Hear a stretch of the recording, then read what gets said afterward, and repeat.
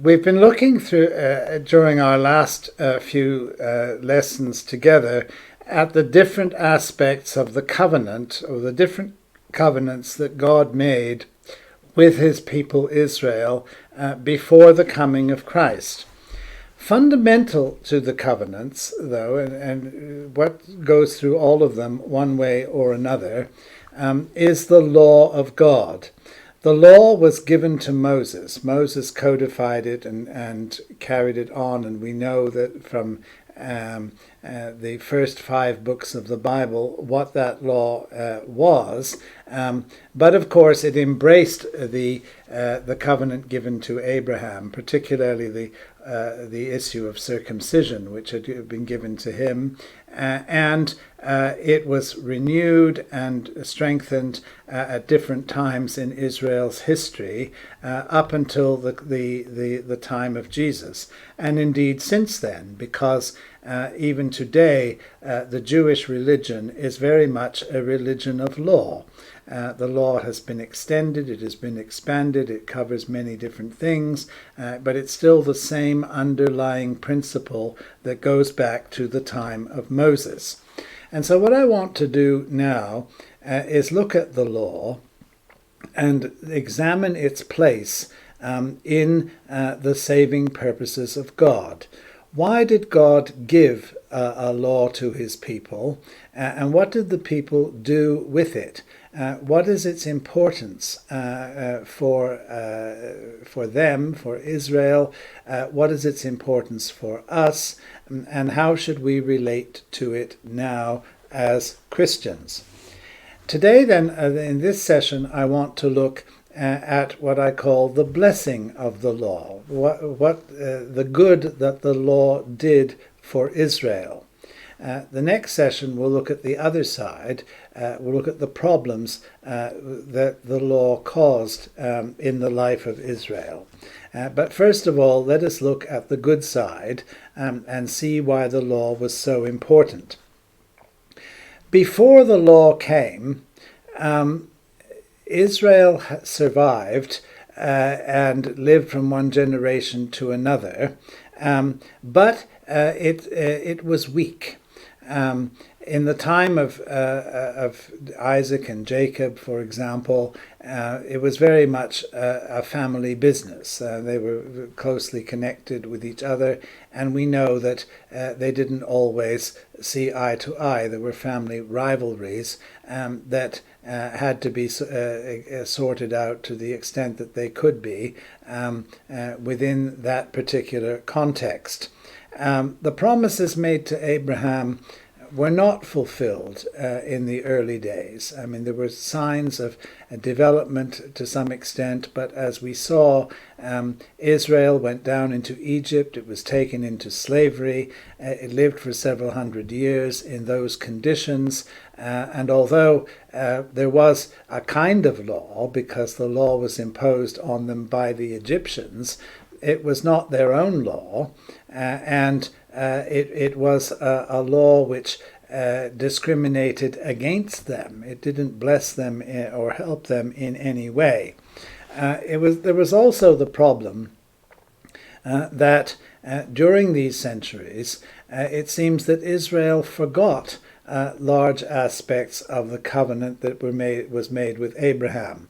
One of the things we discover in the time of Moses is that the practice of circumcision had become intermittent. Some people were circumcised, but others weren't. And we find this even in the time of the desert, when they were wandering through the desert on their way to the promised land, that the people were not circumcised, despite the fact that the law said that they should be. So there was a lot of uncertainty here. I mean, nobody really knew, first of all, what the law was, why it was important, and what its relationship was to the purposes of God for them as a nation. This was clarified in the time of Moses, that Moses revealed to Israel what the law was for, what the law was about. And the primary thing about the law is that it was given to Israel as a picture of the character of God. When you read it, when you read through the text, what keeps coming back is the statement that God is holy, and he wants his people to be holy. He wants his people to imitate him in this particular way. And for the people to understand what holiness means, there were different things that they were told to do and not to do. That there were certain customs, certain rituals that they were expected to fulfill and maintain from one generation to another, and there were other things that they were called to avoid. Of course, the most obvious and lengthy thing here was the question about what they were to eat and not to eat. The food laws are very detailed in the Old Testament, and Israel was told there were certain things that they were not to touch. Now, modern scholars have sometimes looked at this and tried to find an explanation for these laws, to say, well, the food laws were given to Israel because they represented an attempt to establish a good diet. The people were to eat good food and not bad food, and so on. But in fact, there is no justification for this. We look at these things and we see that whatever the reason was for the decision that you should eat one thing and not another thing, it probably wasn't to do with health. At least not primarily. The people didn't understand that. They didn't know about those rules or those principles, and they weren't thinking like that. Nor did God say that that was why he instituted these food laws. It wasn't for the sake of the people's health. It was for the sake of obedience to him. The people were not to question why they should eat one thing and not another thing, why certain things were forbidden. That was a question they were not allowed to ask. Their duty was to obey the commands of God, whether they understood them or not. They might not know why God had commanded these things, but they knew that God had commanded them, and that was enough. That was all they needed to know, and all that they were given to follow. This is what holiness is.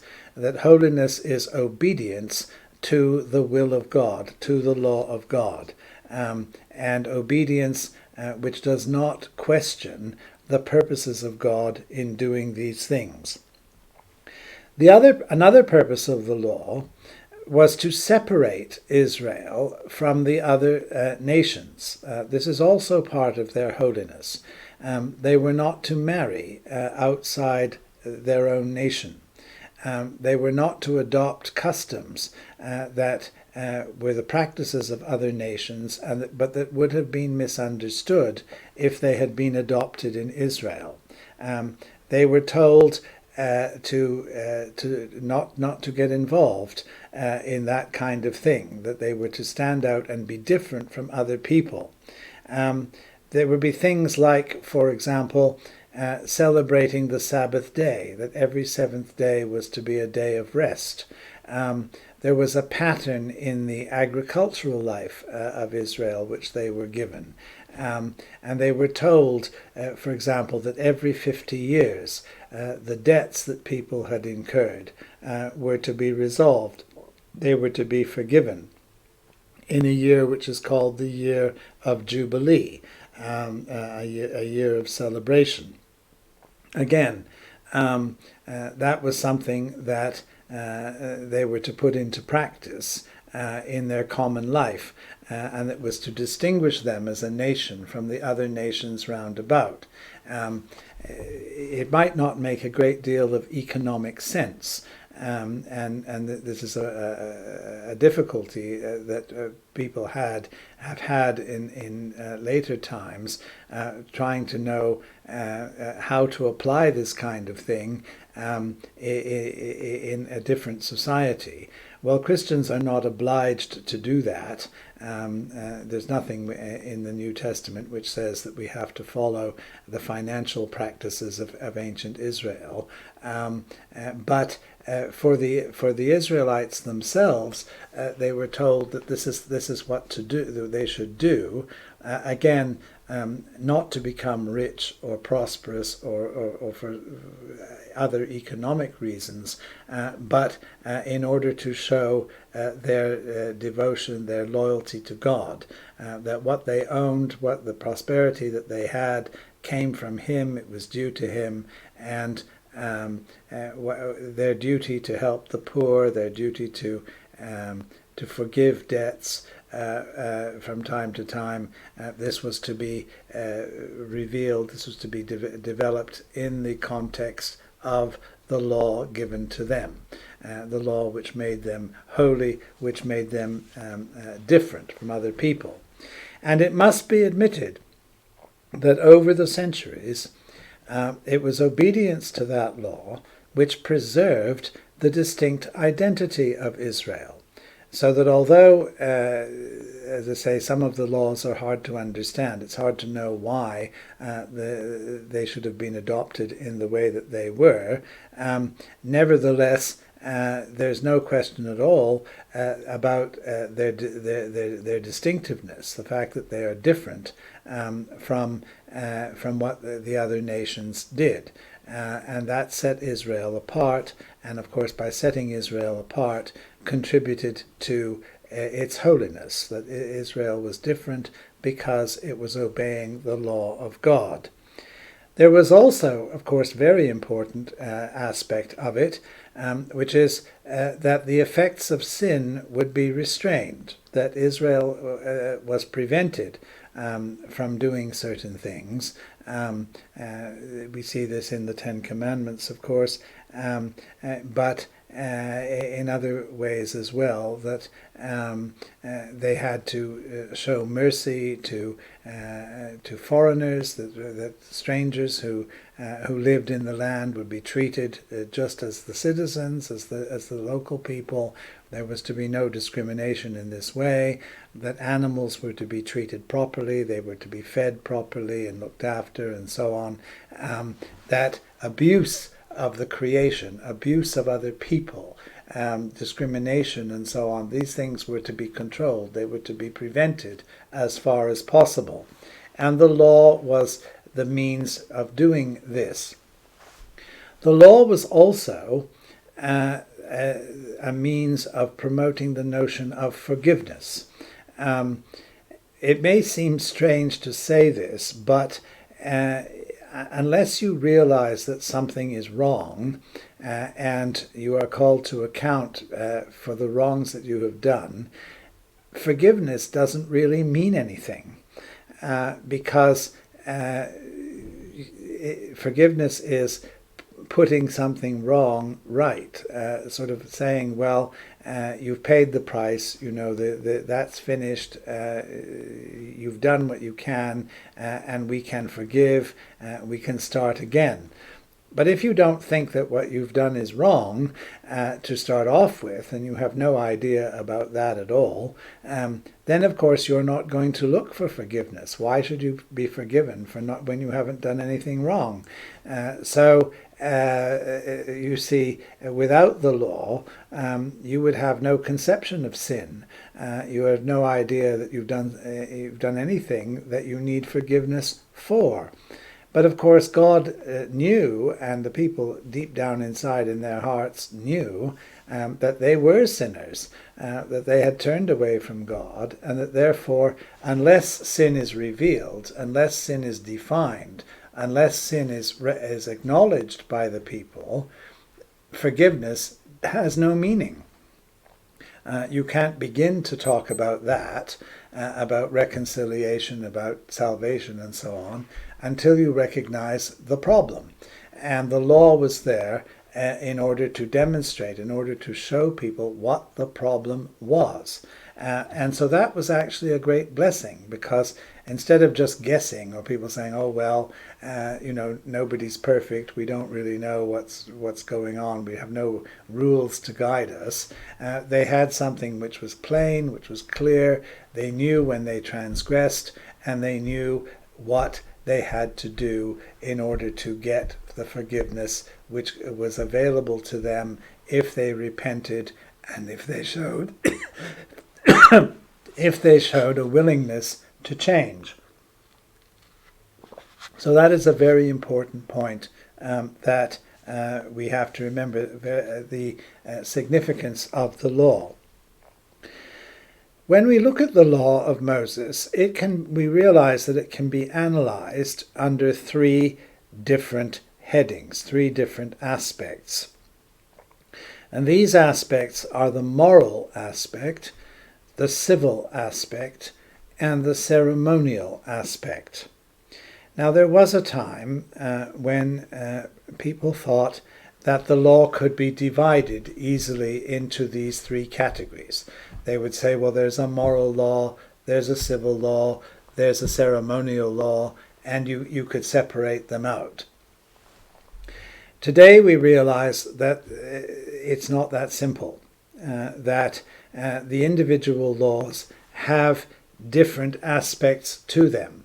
They have a moral dimension, they have a civil dimension, they have a ceremonial dimension. So all of the laws taken together, reflect these three different aspects to them. The ceremonial law, which was the law of the priests and the temple and the ritual sacrifices and so on. This law came to an end when the temple was destroyed, and of course it is fulfilled in the life and death of Jesus Christ, that Jesus Christ is our high priest who accomplished the ceremonial law, so that the ceremonial aspect of the law is no longer applicable today, or at least it is interpreted in terms of what Jesus Christ has done. The civil law was the law of the state, and again, it is not directly applicable today either, because the state of Israel, the ancient Israel, no longer exists. The kingdom of God is not a human construction. It is not like a state, the nations of the world that we have today. And so there is no obligation on us to apply the laws of the state as they were adopted in the time of Moses and subsequently to our own countries today. Perhaps the underlying principles are still valid, but the precise details no longer have to be followed. For example, we no longer have to have a jubilee every 50 years in which everybody's debts are forgiven. I mean, there is a place for forgiving debts, and this principle can be adopted and adapted to our own societies. But we don't have to follow to the letter what was enjoined on ancient Israel. It's a different circumstance, and we must adapt ourselves accordingly. The law that remains unchanged, though, and indeed underpins the others, is the moral law, what is right in the sight of God, and that does not change. The moral law is written in the Ten Commandments, and it embodies universal principles which are relevant to everybody, everywhere in the world, at all times. This law has survived and continues to survive, and indeed is replicated in many different cultures in differing degrees. For example, the commandment which says thou shalt not kill one way or another, is written into just about every law code in every country of the world. This is a universal principle, and so we're not surprised to discover, first of all, that it is in the law of Moses. The law of Moses covers this dimension of human life, but also that it is still valid for us today. In fact, for Christians, it's even more valid than it was for ancient Israel. To take the example of thou shalt not kill, this means that you are not to commit murder. You're not to go around killing people. And just about everybody would agree with this, that to kill another human being for no particular reason is a crime, it is a sin. So sin and crime are the same thing in this respect. But when Jesus spoke to his disciples, he said, if you have a bad thought in your heart about another person, you have killed that person already. Now, this is very important to grasp, because if I ask you whether you have killed another person, you will probably say to me, oh no, no I haven't. And in fact, very few people have committed murder in that sense. I mean, we're not criminals in the eyes of the law in that way. But if I ask you a different question, if I say, have you ever had in your heart a bad thought about another person, then it's a different thing altogether. Because we have all had bad thoughts at different times in our lives about other people. It's something that we almost can't avoid. To think badly of other people comes naturally to us for some reason. I mean, it may be a bad thing, but it's certainly something that we know about. And I often people say to me, oh, I don't hate anybody. I don't have bad thoughts about other people. I look at them and I say, do you drive a car? And if they look at me and say yes, and I said, have you never realized that just about everybody else on the road is a bad driver, that you are the only really good one, and the others get in your way? And then they realize, they say, oh, that's what you're talking about. And they said, yes. I said, if you drive a car, you've had bad thoughts about other people. You don't know who they are, and they don't know that you've had bad thoughts about them, but you've had them. And so in your heart, you have broken that commandment, whether you realize it or not.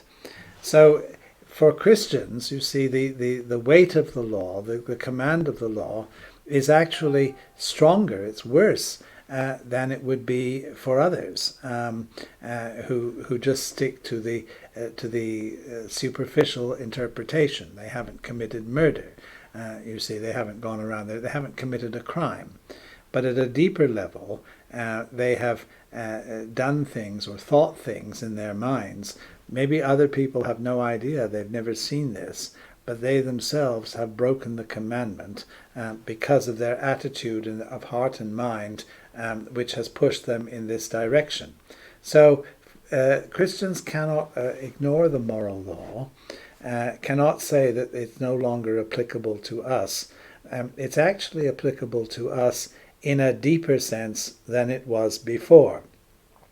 And so I want to spend the next few minutes that we have together to look at this and to see how it breaks down in each of the commandments that are given to us. The moral law is contained above all in the Ten Commandments. And the Ten Commandments have been summarized by Jesus when Jesus said, you shall love the Lord your God with all your heart, with all your soul, with all your mind, and with all your strength. That's the first and greatest commandment. But the second is similar. The second says, you shall love your neighbor as yourself. And Jesus said, on these two commandments hang all the law and the prophets. And when we look at the Ten Commandments, we see how the commandments divide. The first 4 commandments are about loving God.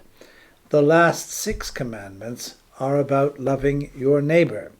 Now let's look at them and just see how this works out. The first commandment says, there's only one God, and we must worship him alone. This is, of course, the foundation of love. That if there is only one God, and we are called to worship and obey him, then as an act of love, this is what loving God is all about. To love him with all your heart, with all your soul, with all your mind, and with all your strength. There is no other God. And if anything or anybody takes the place of God or tries to share with God that degree of honor, then that is wrong. Then we have broken the commandment. So that is the first and most basic thing. The second thing is that we must recognize the God whom we worship, that the God whom we worship is a spirit, and those who worship him must worship him in spirit and in truth, said Jesus. And this is important too, because we are forbidden by the second commandment to make any kind of image, any kind of idol, and worship that as if it was worshiping God. Now there's a strong temptation to do this. Why? Because we like to see things. We like to be able to touch things. And you see this all the time. You see, even in religions that in theory are very spiritual or say that they're very spiritual. Look at Buddhism, for example. Buddhists will tell you that they contemplate higher realities, spiritual realities. But then you go into a Buddhist temple and you see people prostrating themselves before a statue of the Buddha. And you say to yourself, well, what are they doing? You see, they're lighting candles or, praying in some way or other to this statue. And you think, well, where's the spiritual religion? What is happening here? And we have to say as Christians, we don't do that. We can't do that because we're not allowed to make pictures in this way. It doesn't mean to say that you can't have a picture of Jesus. You can make a picture of Jesus if you want to. You just can't worship it.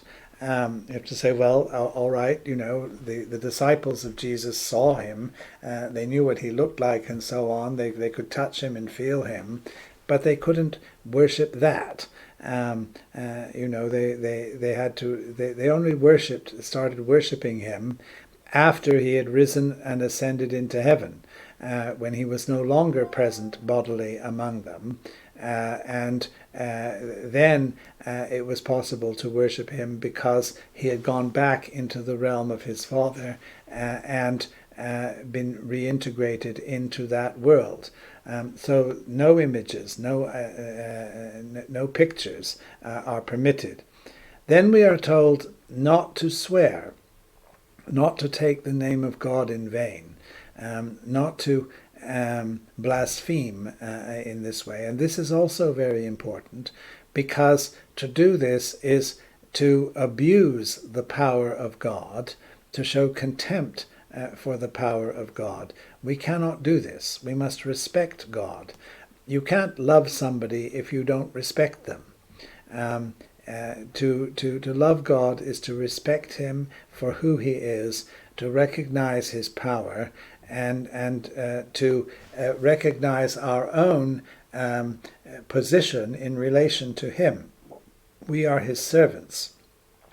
Yes, we are his children. But we must honor and respect them, and respect him as we would honor and respect our own parents. This is not a choice. This is something we must do in our worship of God. And then lastly, we must set aside time to worship God. The things of this world must not take the place of God in our lives. And this is why we are told to rest one day in 7 and told to worship God on that day.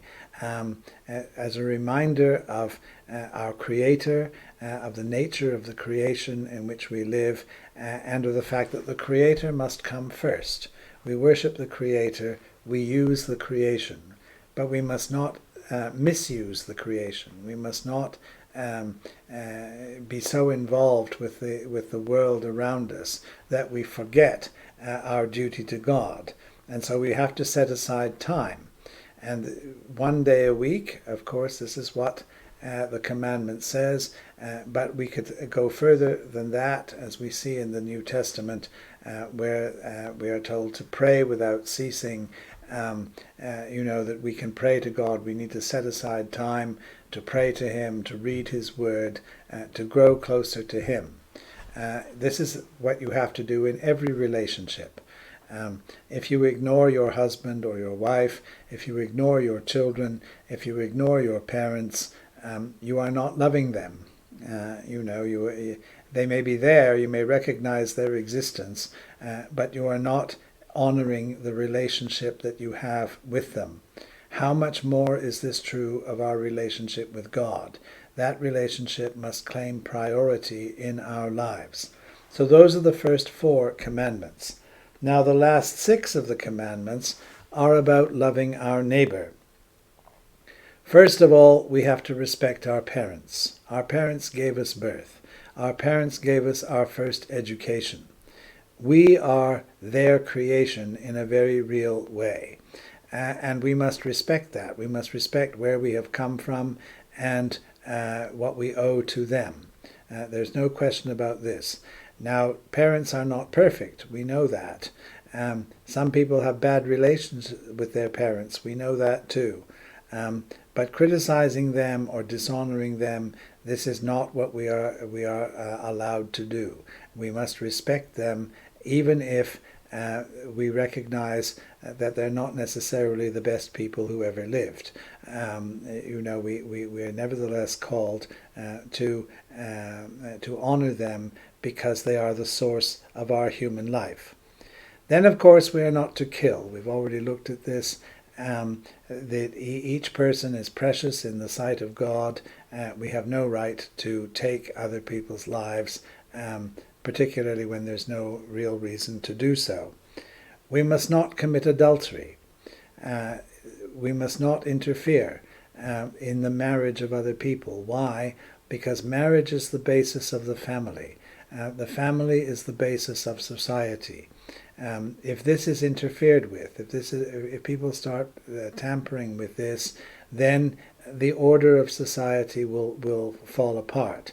One of the things we see at the present time is the breakdown of family life, and one of the aspects of this is that this basic relationship of husband and wife has been devalued, particularly in Western society, and people have made light of this. They've not taken it seriously.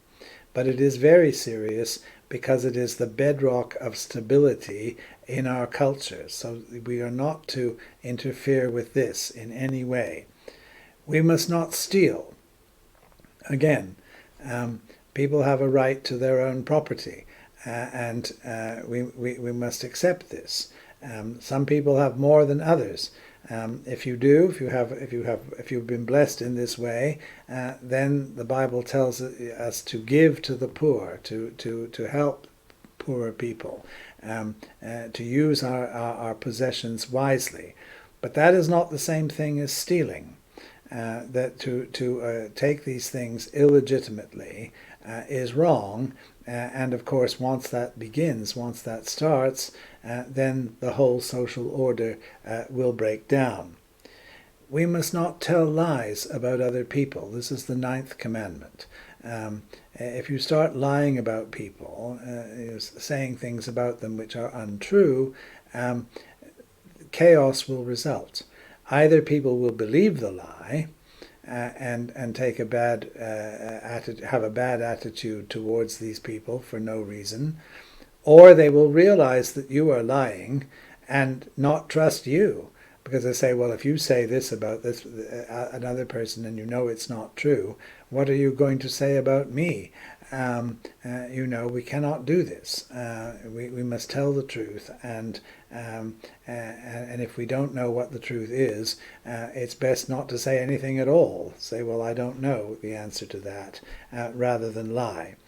And finally, we mustn't be jealous of what God has given to other people. We live in community.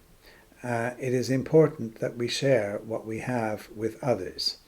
But we must not sit back and want in our hearts what other people have. You see, if I see that somebody else is rich and has a nice car and a boat and a big house and everything like this, I must not sit back and say, oh, I want that for myself. That's not what God wants for me. And it may not be the right thing to have. Sometimes people who have a lot of things in this world are not happy people. They may be running away from many things. They may be running away from themselves. And we need to understand this. And the law is there to protect us in this way, to be content. We must be content with what we have, use what we have for the right purposes, and when we can help one another to do so. This is what loving our neighbor is all about. Thank you.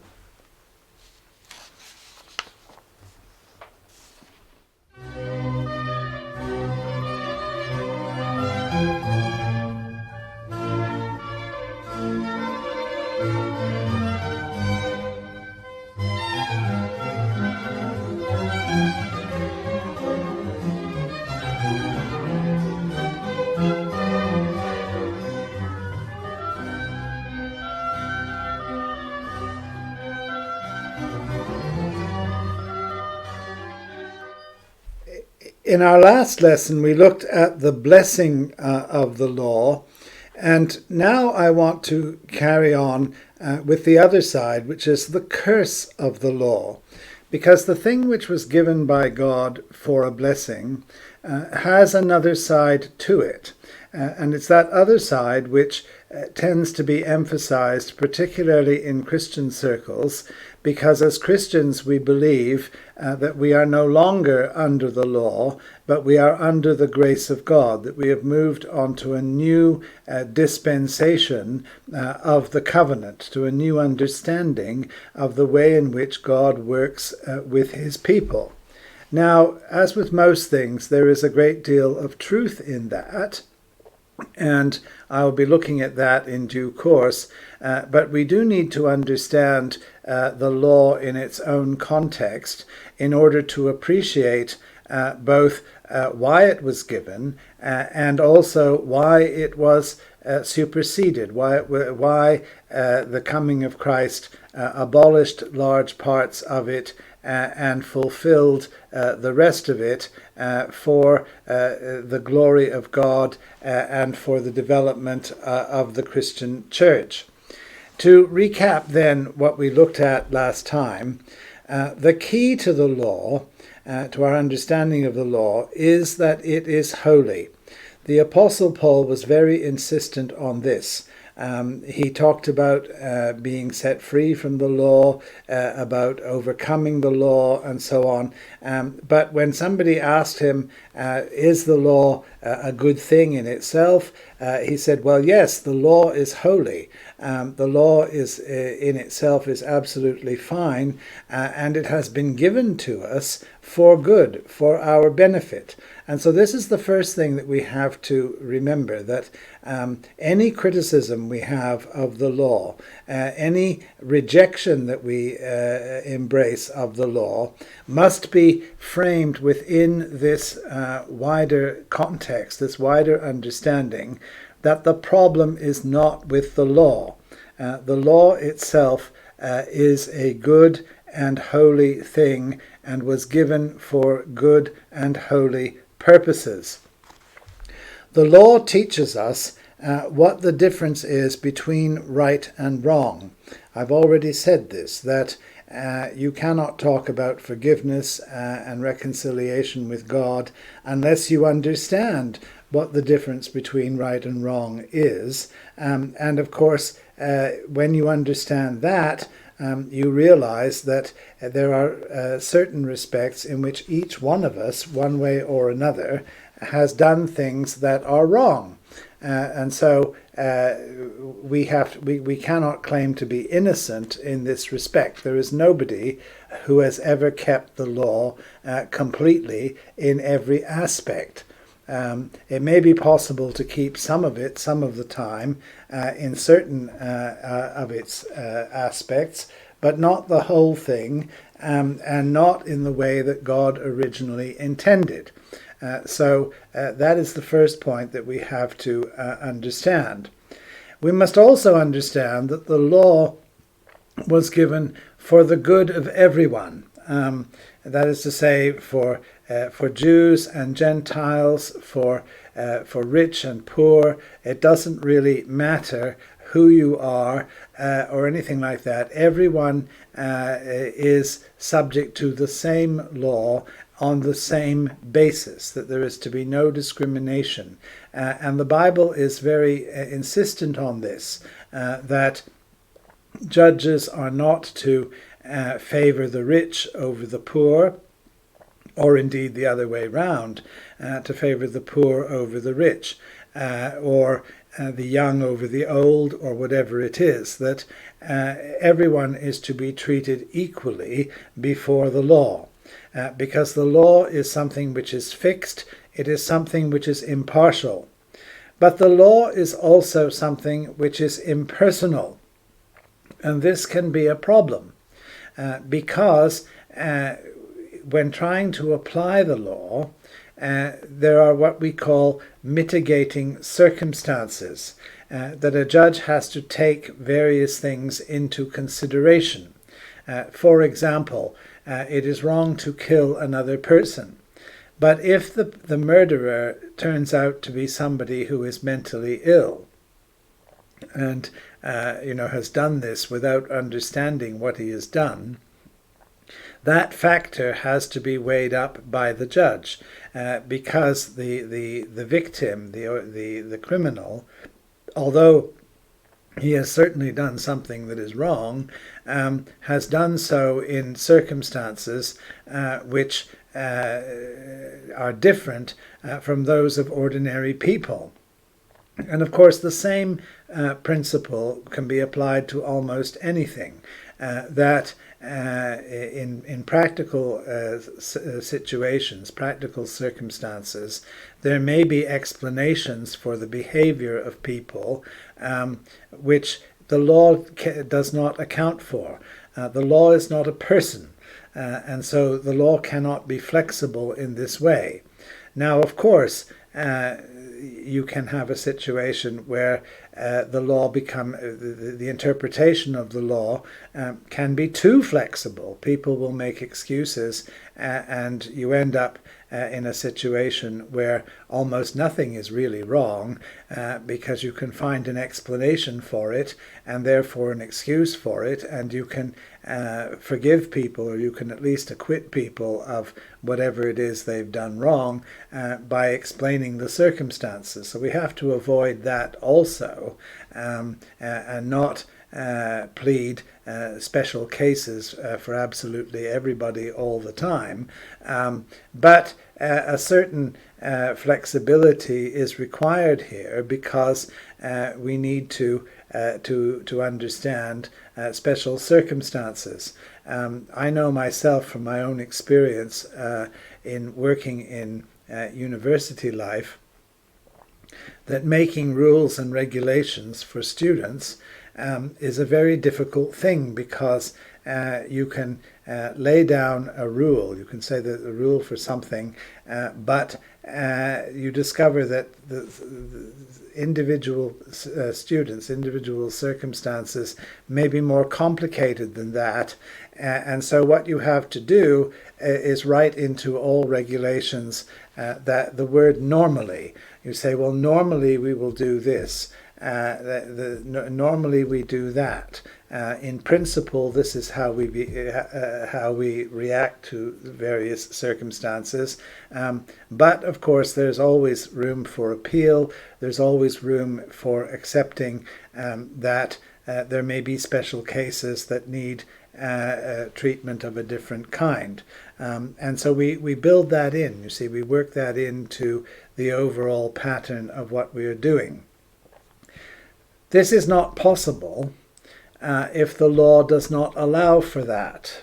You see, if you just have the law by itself, you can apply it rigidly without taking this into consideration. And this is what was happening in the time of Jesus, for example, particularly with things like observing the Sabbath day.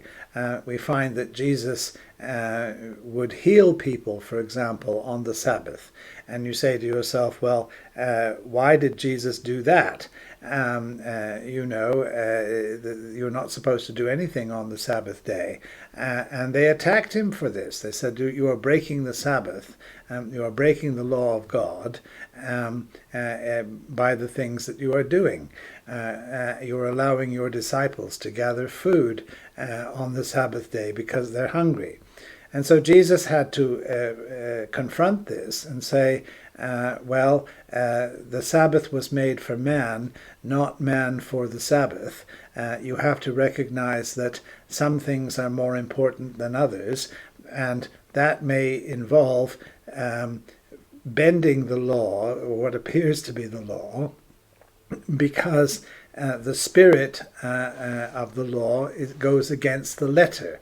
If you stick to the letter of the law, you may be in fact doing an injustice, doing something that is wrong, or failing to do something that is right. So it is a very difficult situation. It is helpful to have guidance and have guidelines in different ways, but of course if the law is being interpreted too strictly, then or not taking into consideration other circumstances, then injustice may result. And we know, of course, that in many places there are people who find a way around the law, the way they interpret it, and they end up by doing things that are wrong, but they're not necessarily illegal. You see, the law cannot deal with every circumstance, every situation, and this can cause a problem. I give you an example of this, that in the United States there was no law which said that a person who had been involved in genocide had committed a crime, and that they, should be punished for this. And there were cases of people in the United States after the Second World War, people who had been involved with Adolf Hitler in Germany and who had taken part in the massacre of the Jewish people at that time, but who could not be prosecuted because there was no law against that. Now you could argue, well, the reason there was no law against that was because nobody thought it was possible that that would happen, and so they didn't make a law like that. It never occurred to them that it was necessary, and that may be true, but still there were people who survived, who were not prosecuted, because for this reason, because there was no actual law that covered the wrongdoing that of which they were accused. Now, nobody would say that by taking part in the murder of Jews in concentration camps during the war, that this was a good thing. Of course not. Everybody agreed that it was wrong, and everybody agreed that the law was at fault, that it was a circumstance that has simply not been covered. But because they were bound to the rule of law, and they couldn't go against it, they couldn't make their own law to cover this circumstance, guilty people went unpunished because there was no mechanism for convicting them. So this is a part of the limitation of the law, things that we need to bear in mind. Now, the problem, of course, the basic problem, which I've alluded to as we've gone along, is not in the law of God, but in ourselves. Because the law of God reflects the character of God, and the character of God is good. We feel the force of the law because we are not good, because we have rebelled against it. And therefore, it is our rebellion, our disobedience, that is what strikes us, that comes to haunt us. It is because we are sinful that we cannot keep the law in all its provisions. I mean, if we were perfect people, we wouldn't need the law. The law would have no function, because we would do it everything that was in it anyway. It's because we are not perfect people that we need the law, and because we have the law. Why? Because we can't keep it. It sounds strange, but that's basically what it is. You see, the law is given to remind us of just how imperfect we are. Now, the people in the time of Jesus, of course, realized all of this. They knew that they were not perfect. They knew that there were problems, and they knew that they couldn't keep the law. So what did they do?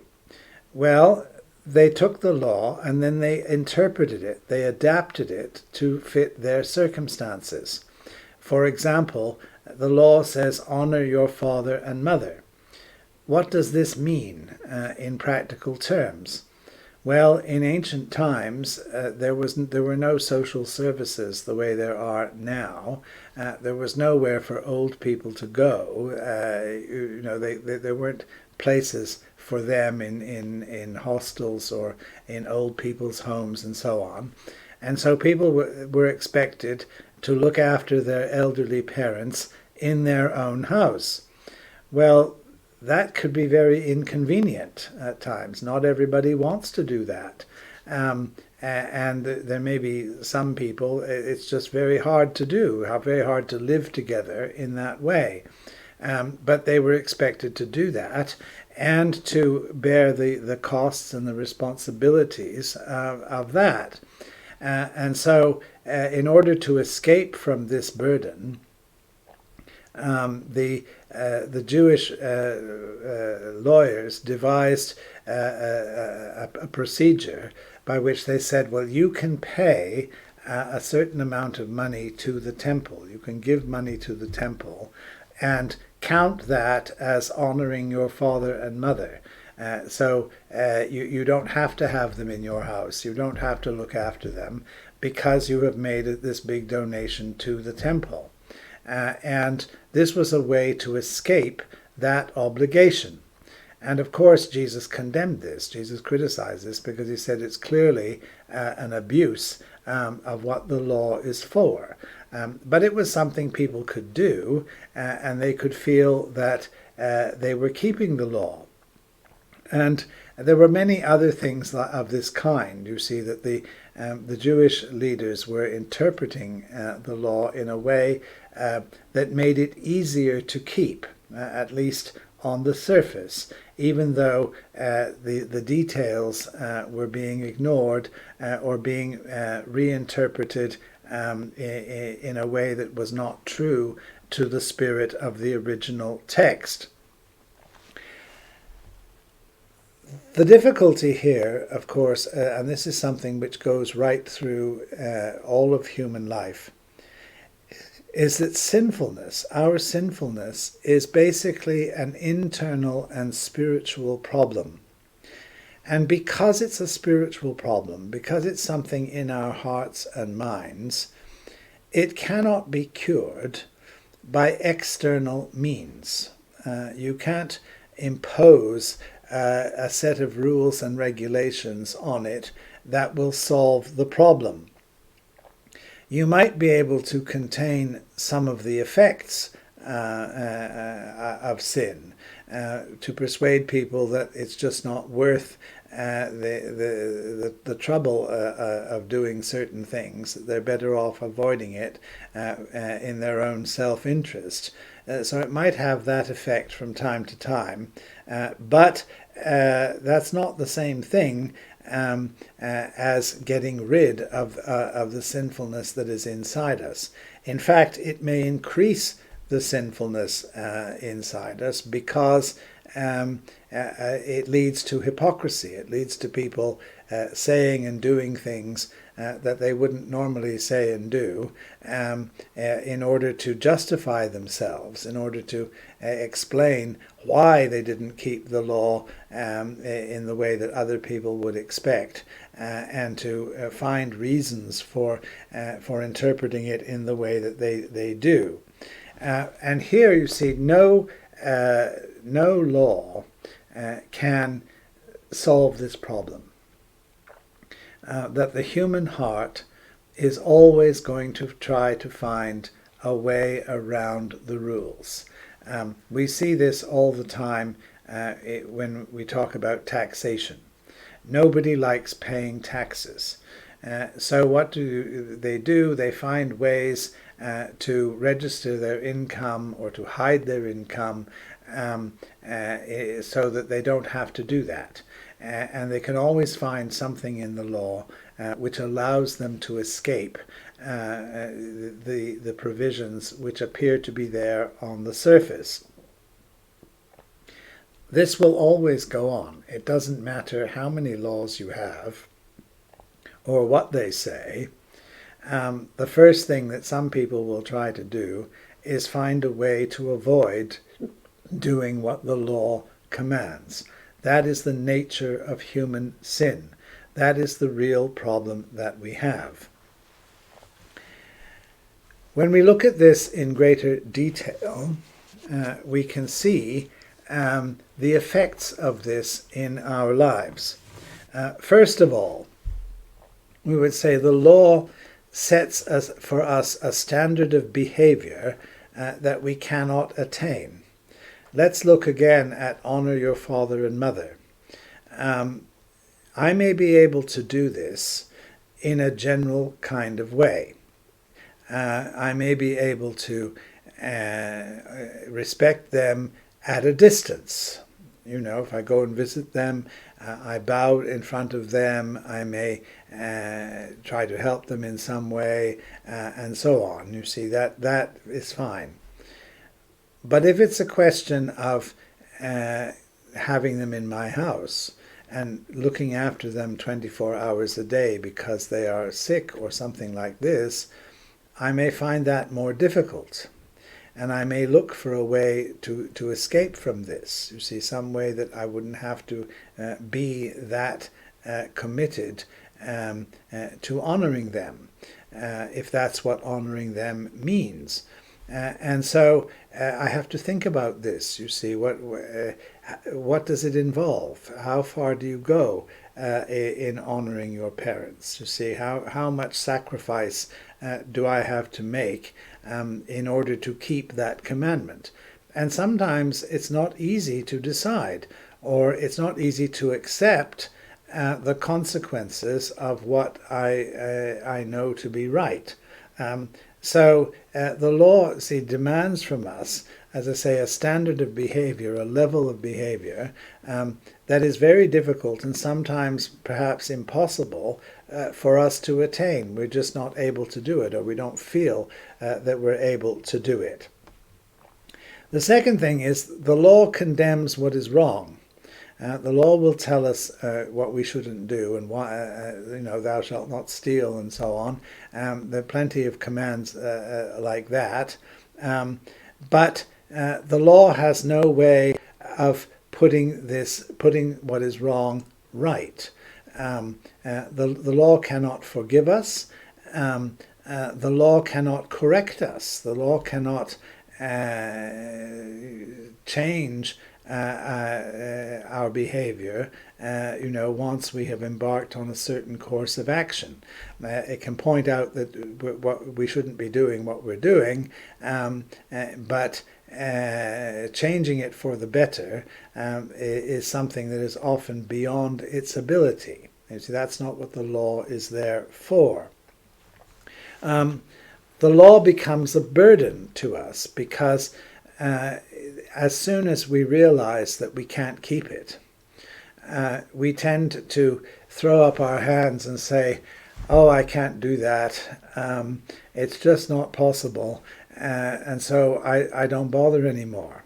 You see, I ought to think more carefully about it. I ought to have a conscience about certain things. Yes, I know, but it's just too much trouble, and I can't do that. I have to draw a line somewhere. I have to say that's beyond my ability. I can't do it.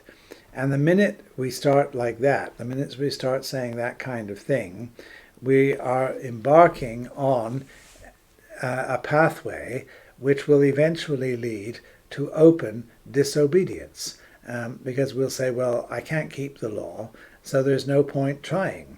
You say, I just can't do all that. And so I make up my own principles. I make up my own way of dealing with these situations, and then worry about the law later if I have to.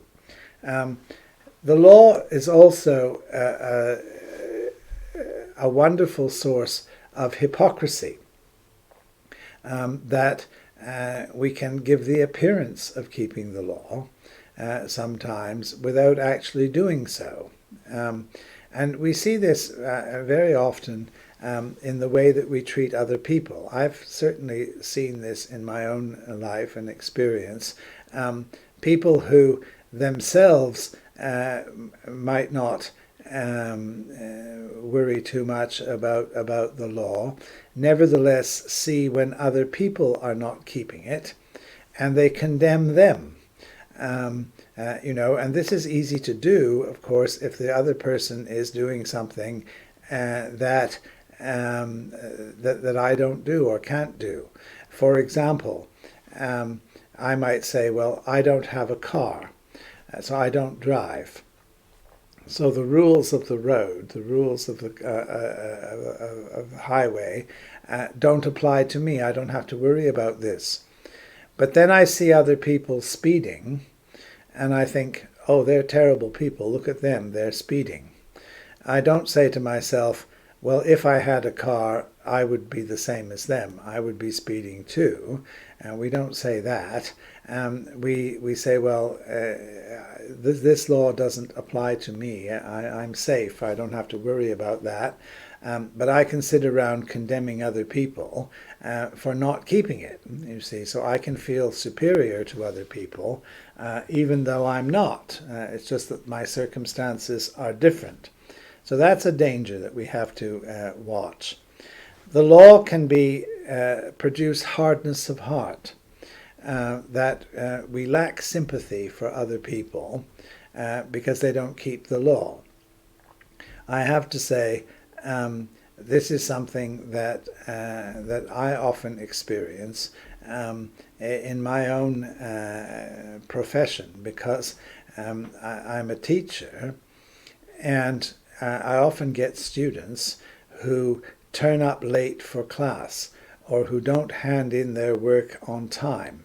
They don't follow the rules in the way that they should. And some people do this now and again because they have genuine problems and they haven't been able to do what they should do, and they know that, and they apologize. They don't do this all the time. But there are other people who just live like that. I mean, they're always late. They're always doing things that they shouldn't do, and that they know are wrong. But it seems to be somehow built into their character. They just don't have a sense of time. They don't have a sense of responsibility in this way. And how do you deal with this? You see, what do you say? Do you say, well, I'm sorry, you can't live like that. You have to be here on time, and which may be true in some ways. But do I have a feeling of dislike or even of hatred of such people because I just know in advance that they're going to break the law, break the rules. That's the way they are. And if it turns out that they actually, on some occasion, they actually do have a real reason for not coming on time, that they are genuinely delayed, I may not be willing to listen to that because my heart is hardened against them. I know what kind of people they are, and I'm not prepared to accept excuses from them. So it can become a very difficult thing in this way. And of course, lastly, as I've already said, the law can become a source of injustice if we follow it to the letter and ignore the spirit. This was a big problem that we find in the New Testament, that the question of healing on the Sabbath and so on, the question of allowing people to break the laws of the Sabbath for practical reasons. If you have an animal, an ox or a lamb, who falls into a trap or falls into down a well on the Sabbath day, are you not going to go and drag it out, or are you just going to leave it there? Well, you obviously aren't going to leave it there because that's a loss of income. So you go out and you rescue it, even though it's the Sabbath day, and that's the right thing to do. If you don't do that, you're actually doing the wrong thing, because you are allowing the animal to die, to be lost in a way that is wrong. So, it's a very complicated issue, this. And law and justice are not always the same thing. So we have to be extremely careful in the way that we evaluate these things. Now, finally, the last thing I want to say about this is that if we let the law rule our lives in every respect, we could be in serious trouble. We see this in modern Judaism. You see, the Jewish people want to keep the law. That's a very important part of their faith.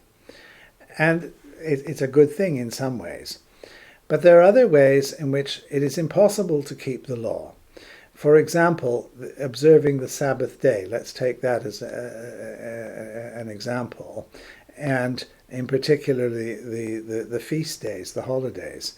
A Jewish day begins at sunset, when the sun goes down. But if you live in a polar region, in the north of Finland, say, or somewhere like that, where for some time of the year there is no daylight or there is no night, that it's 24-hour sunshine or 24-hour darkness, these rules are very hard to apply. What do you do? When is sunset? When is sunrise? When does the day begin? And there's no very easy answer to this. You see, you have to make up some kind of thing, because you obviously can't go for 2 or 3 months without a day changing. I mean, it doesn't make sense. But in Jewish law, you see, it's very hard to accommodate this. You must remember that Israel is quite near the equator, and so the difference between night and day through the seasons is not that great, and you can allow for this sort of thing. But the further you get away from the equator to the ends of the earth, the harder it is to apply this sort of law in practice. And so it leads to artificiality. They have to invent some understanding of what night and day are in order to apply the law. It also, of course, leads to a culture of salvation by works. People imagine that if you are rich, if you are prosperous, if you are healthy, that's because you've kept the law. And that's the reward for keeping the law, that you stay out of trouble, that you stay out of difficulty. And that may be true in some ways, but it doesn't make you a better person. It doesn't bring you any closer to God. It certainly doesn't save you. And that's the danger, you see, that we have to realize. And then finally, what I've already said, the law can be applied without consideration for circumstances. And there's a hardness about this. You see this sometimes. You see this in Israel, in the way in which the people in Israel deal with their enemies, with the Palestinians and other people like this, that they have very little sympathy or compassion for them.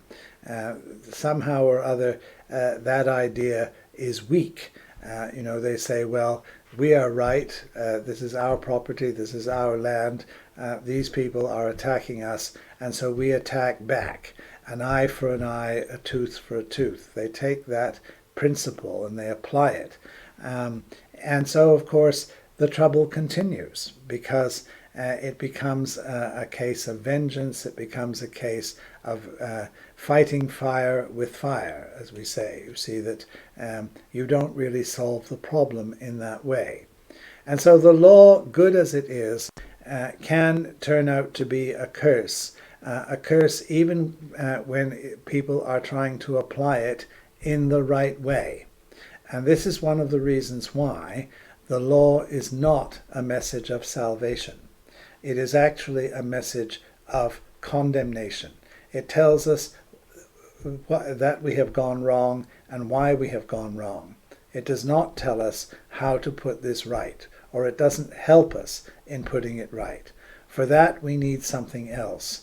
For that we need the power of God at work in our lives.